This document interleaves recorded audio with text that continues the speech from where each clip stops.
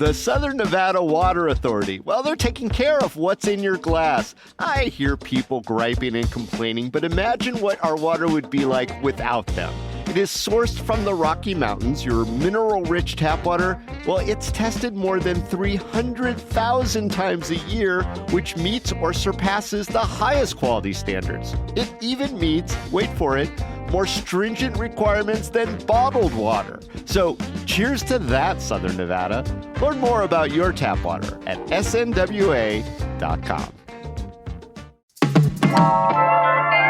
The school year has begun and the kids are back a-learning, but what about us adults? Are we equipped to take lessons from what we hear in the news? Well, worry not. That's what our Friday News Roundup is all about.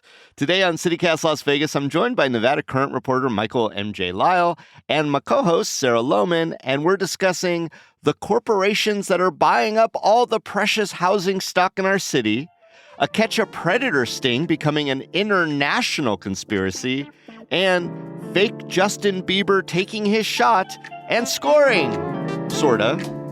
It's Friday, August 22nd. I'm David Figler, and here's what Las Vegas is talking about.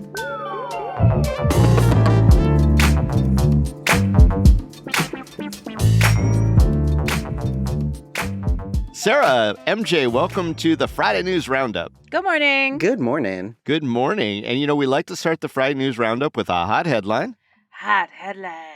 Thank you, Sarah. You're welcome. So it's usually a story that's kind of caught our eye, maybe amused us a little bit. I want to start out with the hot headline congratulating our own contributor, Andrew Corrali, who was just named the opinion editor at the Nevada Independent. He is, as many people know, the founder of the List.Vegas. The Nevada Independent describes him as a brilliant writer and thinker. We concur. I agree. Our very own Andrew. Yeah. And he was hired to take things to the next level at the Nevada Independent, quote, cultivating an even broader and more diverse group of contributors who truly help readers see their state and their world in new ways. Well, if anyone could do that job, it's Andrew. Yeah, it's going to be so great. I feel so proud, even though I had nothing to do with it or Andrew's success. Yes. Congratulations. Anytime Congrats, anyone has something cool in this industry is something to celebrate. So Yeah, absolutely. That this industry still exists is something to celebrate. yes. And I will be applying if only I have an opinion about anything. I gotta. You never. I know, that's it. I got to figure out what I care about. Complacent, pleasing person. Yeah. Yeah. All right. Well, congrats again, Andrew, and looking forward to what you do over there. Let's start with our first news item. MJ, this one's going to go to you. Who is buying up all the Las Vegas homes? Not me. Yeah. Unfortunately. In recent reporting from the Review Journal, they confirmed that Invitation Homes, a publicly traded real estate company, owns approximately 3,397 homes in Las Vegas. That is part of their 85,000 rental homes they own nationwide. However, they're only the second largest company that owns That's homes only number two. Las Vegas. Congrats for being number two, but number one belongs to Pretium Partners, which owns 4,500 homes valley-wide. So this is kind of a national trend that we're seeing a lot of corporate ownership coming in and buying large swaths of homes in the area. And Nevada, like many states, have tried to regulate this, but nothing has really stuck. And so, yeah, congratulations, Invitation, but you're number two. Congratulations, number one. Thank you for I'm number three. Buying up all our homes. I come in at number three as one. I with own your one house? One, Yeah. with your one. I really don't think that's true. I mean, we do hear, Sarah, I don't think that's true. I don't think that's true. David, I was joking. Oh, Sarah, I get it now. But, I do hear this a lot, and I don't think it's just these two corporations. I think it's a lot of corporations. And I'm just wondering, MJ, you cover housing a lot in your reporting. I mean, is this unusual percentage in our community? I don't think it's unusual, but we don't know the full extent, to be honest. And reporting from April Corbin-Gurnis, contributor to the pod, but also my deputy editor at Nevada Current, the Lead Center had reported that 15% of homes in the city of Las Vegas have been purchased by investors. This story from the Review Journal said about 25% of North Las Vegas, but the full extent is still not known. So we know it's happening, but because a lot of corporate ownerships apply under LCCs, we can't get a full scope. That's, I think, part of the problem too, and part of the solutions that have been blocked is trying to actually get a full accounting of just how many homes are being gobbled up by large investors. Can I just throw a question in here to help my own understanding? Yeah. So then when these corporate landlords buy up all this housing, then they become the landlord, right? Absolutely, yes. Okay. And so what are some of the ramifications of having a landlord that's not a person, that's a corporation, and also not an HOA, that maybe doesn't even live in state? Well, I think some are HOAs. Okay. But so corporate landlord owns a lot of homes, doesn't live in state. Like, is that fine or what? Well, I would say some of the corporate landlords, like Invitation Homes, has had a lot of complaints about its practices Okay. and lack of transparency around like rental fees and the things that what they're actually charging those that are renting properties. Invitation Homes alone, they reached a settlement for $48 million with the Federal Trade Commission last year over alleged allegations for deceiving renters. Obviously, they denied it, and they said that all their practices are fair and consistent with other rental practices. But there has been a lot of issues around kind of transparency of actually what they're charging. And just because they are a part of a larger entity, they're touching so many more renters with these practices. They have financial models, which is very different than if you or I, Sarah, were to go sell our house. I mean, it's a very, I don't want to call it intimate, but it's a more direct communication, exchange, transactional. We're feeling our way through it. You know, you make an offer, a counter offer, all this other stuff.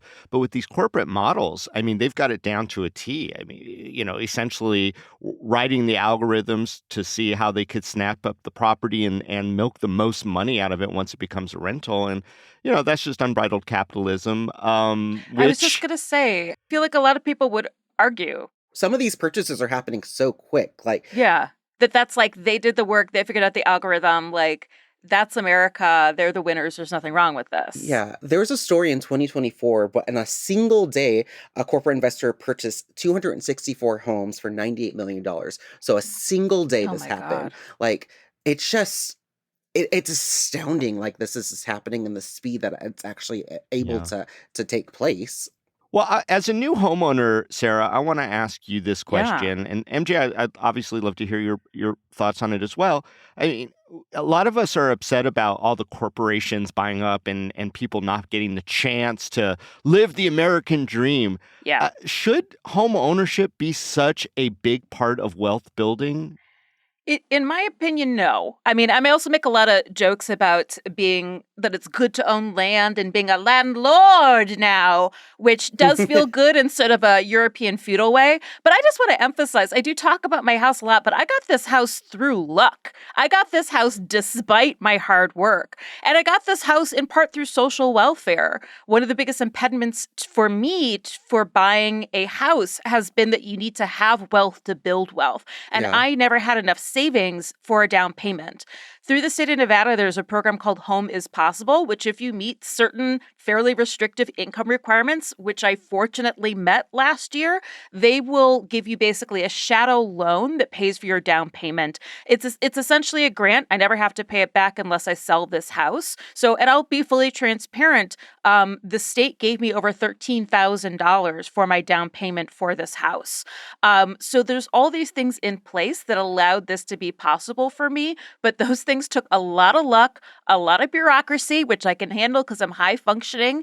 And I'm also lucky that I have parents who are alive and like me and could co-sign a mortgage saying, yes, she's paid her rent for 20 years in various places. She'll be able to pay her mortgage. So all of those things had to fall in place for me to get what should be a human right, access to housing and the ability to pursue life and happiness and love. I don't think that's what the document actually says, right? Like, Close housing's enough. a human right. I like those. I like those ideals.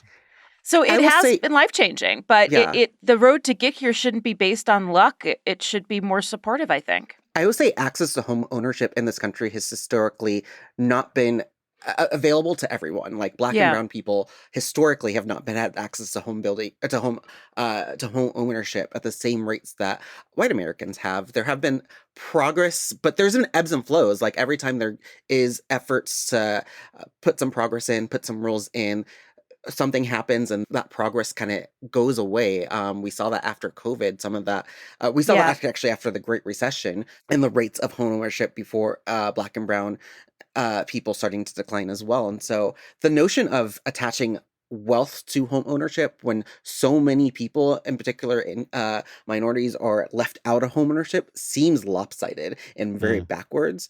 And I think I'm not going to frown upon anyone wanting a home. Like I fantasize about one day having a home too. Like, but I feel the goal of home ownership in the American dream.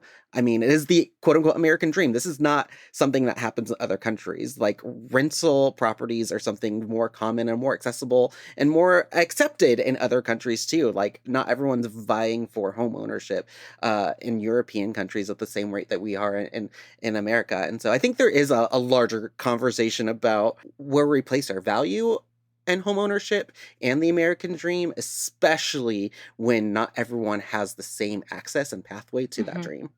Well, corporations, if you're listening, just be better, be nicer. Oh, that'll All right. work. Yeah, that should work. Sorry. Have we tried it? Have we honestly tried it? And we hadn't tried it. I'm ready. I'm in. You Yep. know, do everything.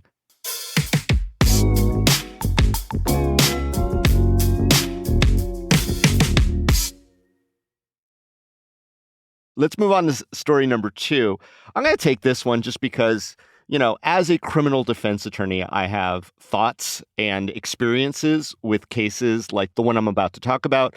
So every now and again, probably quarterly, just because there's funding for it, the police department, usually Metro, would set up these, I guess it's easiest to understand as the sort of catch a predator model. So they go online to these various dating sites or websites where people do meet up, etc., and they engage people on the other end, usually men, and then at some point it's revealed that they are underage, but they're not really. It's usually some, middle-aged Henderson police officer who's probably sitting in his Bermuda shorts and smoking on a stogie, pretending to be a 15-year-old girl. That's specific. And that's very specific. Well, so, they I guess, use all the newest lingo.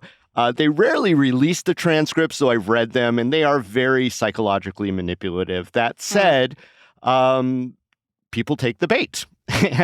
And they arrange to meet up. And when they actually show up at the meetup, they'll have a condom in their pocket or something like that, usually at the insistence of the undercover officer. And then they get arrested for attempt, sexual assault basically on a child or luring a child for the purposes of sexual activity using a computer. And that's a serious charge. I mean, it's a Category B felony. And they always list the names, and this happened recently. In August, there was another one of these big stings. They nabbed 8 fellows, including a local pastor, which is always one of those eye roll things. One of these individuals was a guy named Tom Artyom Alexandrovich. And he is a cybersecurity professional who was in town for a cybersecurity conference, but he is an advisor to the Prime Minister of Israel, Benjamin Netanyahu. So Mr. Alexandrovich was arrested on August 6th. On August 7th, he posted standard bail of $10,000 and immediately went back home to Israel. So this is where the controversy stems, not necessarily in the tactics of the police department, which I could talk about on end, but people don't want to hear my rant about that. They want to hear about the international conspiracy. So immediately, the Twitterers of the world, and Truth Social, et cetera, started suggesting that Trump and the administration were pulling strings to help this guy to get out of the country, who they're deeming to be a sexual predator. Okay. This has caused a little bit of a kerfuff in our local ecosystem because the U.S. attorney, who is not in charge of prosecuting this case yet, is Sigal Chattah, who is an Israeli. And she went to social media to accuse Steve Wolfson, who is our local DA, also a Jewish man, of being a liberal who just let a child molester go. And then he shot back that she's incompetent and unqualified. And so now it's basically one prosecutor saying that the other prosecutor shouldn't be saying anything and that this was a very normal thing. And I will say this to you as the defense attorney, this is a very normal thing. People do post a bail and they do leave. And as long as they meet their court appearances and have counsel and don't miss when a court says to be there, it's all kind of above board. So that's the story. I know there's like a larger question about bail There's a reform lot here. of questions here Yeah. about this whole thing. I mean, it's interesting that Sigal Chattah is concerned about this one local Israeli pedophile and not the pedophile that she seems to hold allegiance to. Alleged pedophile. Oh, my gosh. I'm just saying, and just to be President technical, Trump. I guess if the person was posing to be 15, the guy is more of a pederast than a pedophile, but why split technical. those hairs? Yeah. I mean, right now we've got our president in the middle of potentially a pedophile scandal. Also, we're talking about a right-wing party that shut up a pizza joint in D.C. because of what was it, like Reddit boards that said that there was a pedophile ring. So I am happy that the right cares about children in this way and protecting them. But Sigal Chattah is, a Trump loyalist. So I look forward to seeing her demand the Epstein files be released, right? Boy. We need to make sure that Trump isn't involved himself, right? Whenever children and trafficking and sex comes up, it's always immediate moral panic and people take whatever position they do. But I'm wondering how both international and national politics are coloring what might otherwise just be sad to say, a mundane local crime story that we see about every 4 or 5 months. It is a local story, and it should be, again, talking about our bail system and kind of the injustices within our bail system and the fact that I believe the phrase that I heard from a former candidate for district attorney is if you have clout, you're out. Essentially, if you can make the bail, it doesn't matter, you can go on. So this should be talking about our bail policies, but it is caught up in this international scandal just because the tensions are high and everyone wants to point a finger about who actually is a quote unquote pedophile. I think and they want to look why, like the hero too, as a politician, right? Well, they want to look like the big hero. The focus on Israel probably fuels it even further because people are very polarized about the country itself, certainly its leadership, what's happening in the Middle East right now, especially in Gaza. That this can happen while all that's happening too seems to, I don't know, fuel this conspiracy that Israel is kind of calling all the shots. Is that where we are? We can't just accept a story as a story. We have to make it into these bigger stories.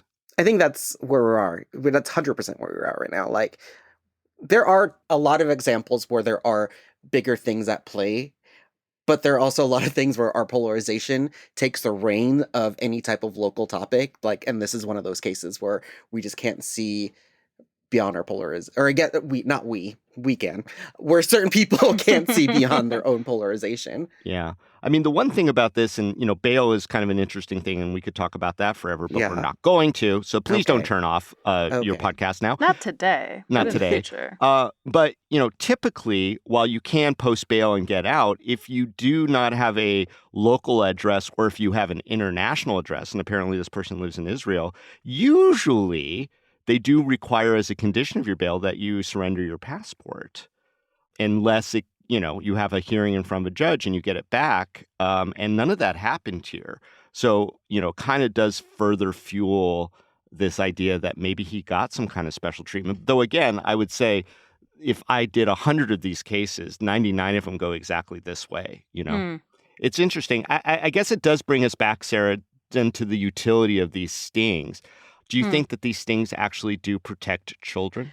I mean, I should say that I'm not an expert on this, but I think in general, it would be nice if we created a society where especially when the men are in the older, powerful position, that men sort of grow up in a society where they are taught to not dominate or take advantage of younger people and see them in a sexual way. And I actually do believe that there are a lot of things in our society that reinforces the sexualization of children. I think that we've moved to a better place since, say, the 90s, but especially women, but not exclusively women, and underage girls are still prized. About half of all male to female porn is based around sexual assault. And of the sexual assault pornographic material, about 90% of the victims, quote unquote, don't seem to mind. So we have sort of a bigger problem within America of sexualizing assault and making children desirable. So I think that there are some broader societal things that need to change. And honestly, I'd love to see men grow up in a more nurturing environment, not one that is built around the idea that men have to be powerful in every way to be successful at being men. MJ, what's your take on the utility of these sting operations? I mean, I think with any type of criminalization efforts, I always look at preventative and what actually preventative efforts could be taken into place to actually prevent this from happening in the first place, and some of the underlying issues that contribute to this. So I guess I don't know what the utility is of doing these stings and if they actually have an effect. Yeah, where are the stats? Yeah. Right? I think the other argument in favor of it is that if these stings exist, it's deterring people from engaging in these kind of conversations, that they should know better because it probably is a sting. If some, knowing 15-year-old is telling you all these different things, odds are that they're a middle-aged man who is, trying to lure you in, and you shouldn't be lured. You should be deterred. You should go seek mental help if that's what you are thinking. But do you have that avenue is the question. Yeah. Well, I mean, this is going to continue for a little bit while this case pens. Certainly calling Steve Olson a liberal DA is kind of ridiculous. Okay. I'm just on the sidelines thinking local news story, and it sucks, and hopefully justice prevails, whatever that means anymore in 2025.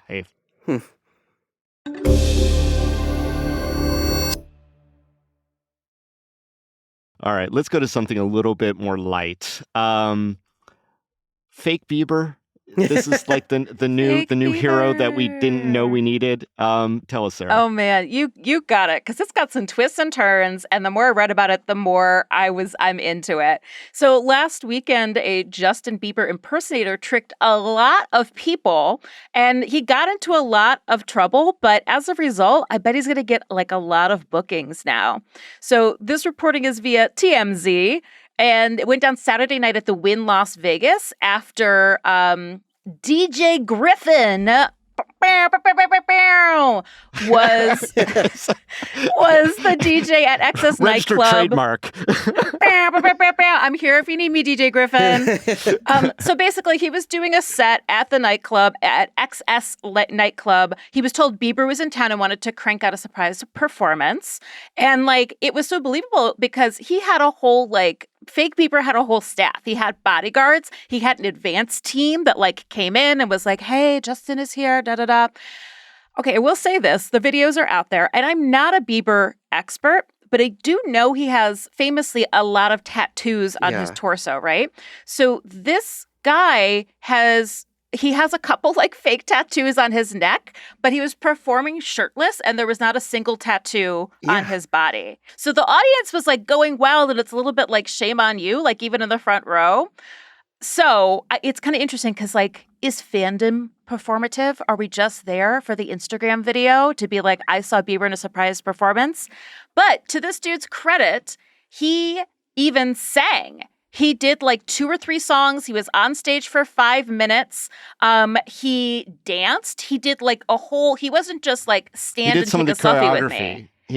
Some of those patented Justin quirks. Honestly, his voice sounded great. I was like, wow, is he lip syncing? He was not lip syncing because the DJ was controlling the music. It was akin to the Elvis performer that I saw at the Westgate last month. So let's talk about residency. So basically, then someone was like, I don't think that's Justin Bieber, I assume.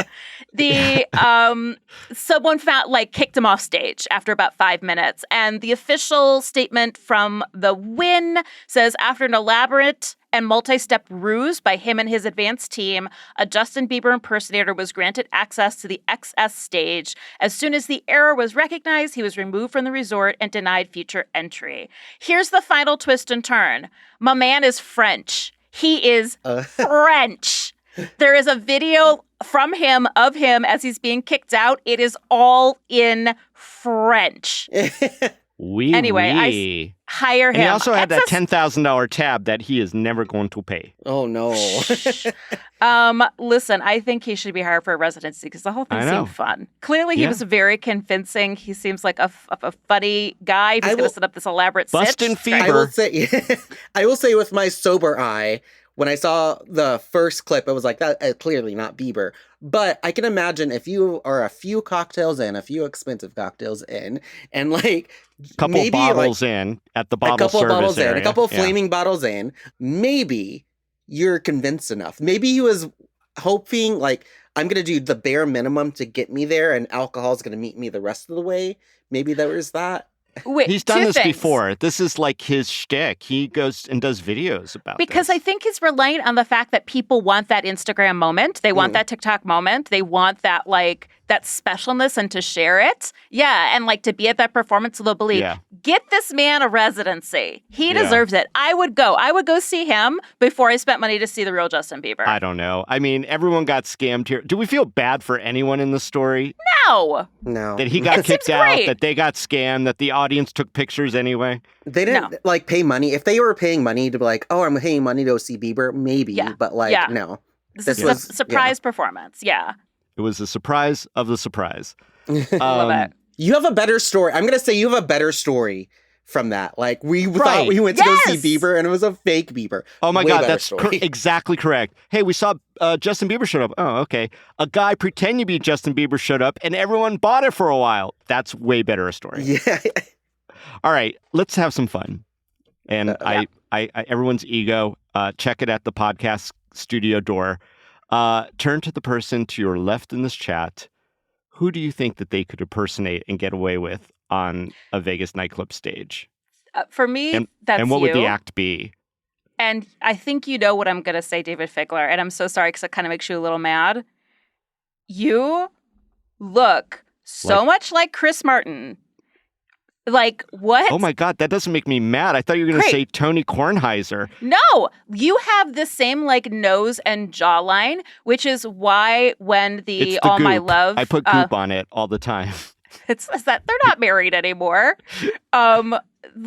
When the All My Love video came out, filmed here in Vegas, that's why, literally when the cell phone video of Chris Martin singing at Dino's came out, I was like, why is Figler wearing that wig? So that's what it is. And I think you didn't like spotted in wigs, so because he was kind of dressed in a schlubby suit or whatever, but it was that little bit of disguise that made him look if you put on those same clothes, you would be twinsies. So I begged you to do it last Halloween. It's not as relevant this Halloween, but please, wig, schlubby suit, red balloon, everyone will be like, oh my God, it is Chris Martin. All right. Well, and that's my act is I just go up and do a bunch of Coldplay songs, but I'll sing them because there's no way I could hit his dulcimer tones. So it'd be like, why is he doing spoken word? It's like, that's Chris Martin's new thing. If you do it, I will be your press photographer and we will go to Dino's. No, to all due respect, his new thing is taking down CEOs and outing public affairs. That's his new I would here do that for too. It. I would be the king of the kiss cam. All right, to my left is MJ. Mm-hmm. I think he could pull it off as an exotic Vin Diesel. I knew it was coming. It was coming. Yeah. I love it. I mean, he's jacked. Vin Diesel? He's buff. Yeah. My friend buff. MJ is buff. Yeah. And he does like showing it off. I mean, the guns are not concealed weapons. Let's put it that way. The height we can fake. It is hot, David. I have to wear a tank top. Mm-hmm. So what are you gonna come out and just do stories from your life, Vin Diesel? I'm gonna talk about family. Yeah. Did you see that they did an AI rendering of the first man, they were saying, of the Atom or whatever, and it looks just like Vin Diesel. No. Oh, Yeah. yes, That I means it do looks like remember that. MJ. I Yeah. do remember that. So you Like, could also cosplay as Adam, MJ. the first human man. the first human man, Adam. Yeah. I'm Well, here, either I'm way, back. it would be a Fast and Furious presentation. Womp womp. Oh, sorry. Yeah, Loved it. sorry for everybody. Nice. All right. Love it. In the name of family, MJ, I guess that leaves you to peg Sarah Real quick. Lohman. I don't know. The first one that came to mind, and I think it's just hair. I think maybe like Kelly Osbourne born because she always has like. I can't. No, not anymore. She's Oh, she doesn't? totally late, Yeah, she's glammed early up 21st and- century. I'd have to Oh. get the filler in my cheeks, the filler in my lips. I have to get my buccal fat removed. Oh, I guess like, I've not seen her in a while then. Okay. I can't. But Yeah, it'd I be worth can't even it to fake it get with on the makeup. stage at a nightclub and run up that tab. And you would just, talk about your dad, talk about growing up with Ozzy. I don't know. When I was in high school, a popular boy who didn't want to seem too into me referred to me as that Natalie Merchant looking girl. So maybe there. I was dating a skater boy. It didn't Uh-oh. matter. And he Oh, said, well- "See you later, boy." Oh, Yeah, boy. I don't really look like anybody except apparently Natalie Merchant. Or I get a lot of like, you know who you remind me of? My friend blah, blah, blah. So I also look like your friend blah, blah, blah. You could That's be it. the bridesmaid in a number of different weddings because you look like their friend. live from when we have your friend, blah blah blah. Blah, blah, blah. You know, your friend, that one friend you have? Here she is. And they'll be like, Wow. oh my God, it is. I'm guessing there's a lot of people out there who want to be Sarah Lohman impersonators. So if Hey. you're out there, let us know. We're going to stage a competition. Anyway, another Friday News Roundup, always full of news here in Las Vegas. MJ and Sarah, thank you so much for being here. Thank Thanks you, for David. having me. And before we go, Sarah, you wanted to let our members out there know about something cool going on? Yeah, listen, we usually do some member shout outs from our neighbors at the end of this episode where they're just shouting out local small businesses or not-for-profits that they love. And I love doing them. And I'm sad because we don't have any new ones to share this week. So help us shout out amazing businesses in our valley. You can do that if you are a CityCast Las Vegas neighbor. That's our official membership program. You have definitely gotten some emails with a link to click to shout out your favorite local biz or not-for-profit. And if you're not a member yet, you can do so at membership.citycast.fm. We do fun events as well. Last month, y'all went to Las Vegas Distillery, and it seemed like a real party. It was a lot of fun, a lot of tastings, which is the best part. Well, meeting people is the best part. Tastings just makes it better.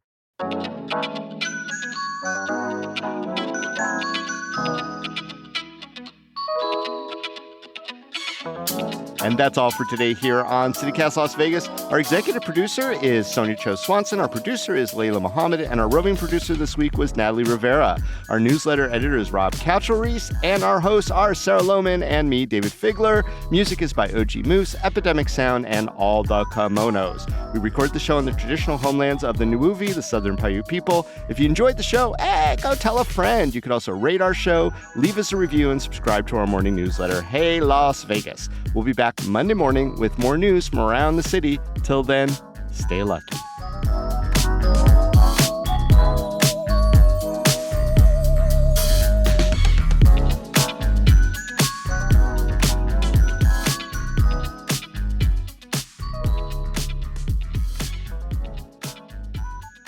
And you know what, David? We should leave some of this back and forth in because I'm actually going to credit you. There are some, if you just, at the link, there are some stills from the video, and it does look like he has torso tattoos that you just can't see in the quality of the video. Yeah. So the torso tattoos are up for debates. They're very low rent. They're we're not very infallible. Bonanza gift shop versions of the tattoos, if you will.